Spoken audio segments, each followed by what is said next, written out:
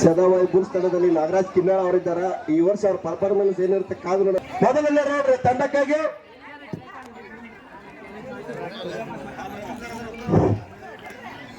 ಒಂದು ಅತ್ಯುತ್ತಮ ರೋಮಾಂಚನಕಾರಿ ಪಂದ್ಯ.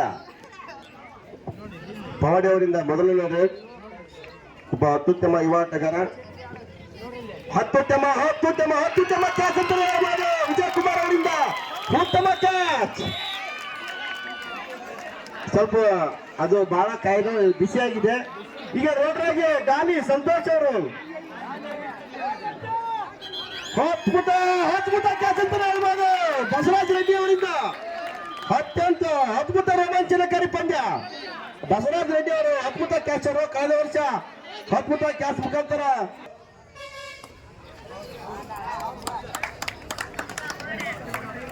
ಜಯ ಭೀಮ್ಸ್ ತಂಡದಲ್ಲಿ ಕೂಡ ಅದ್ಭುತ ಆಟಗಾರ ಇದ್ದಾರೆ. ಟಚ್ ಮಾಡಲ್ಲ.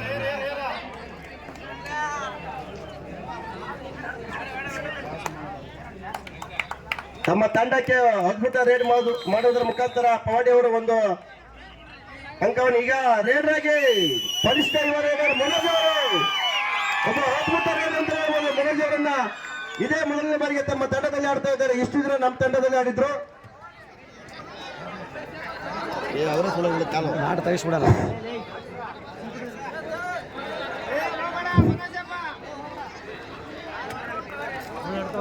ತಡಿ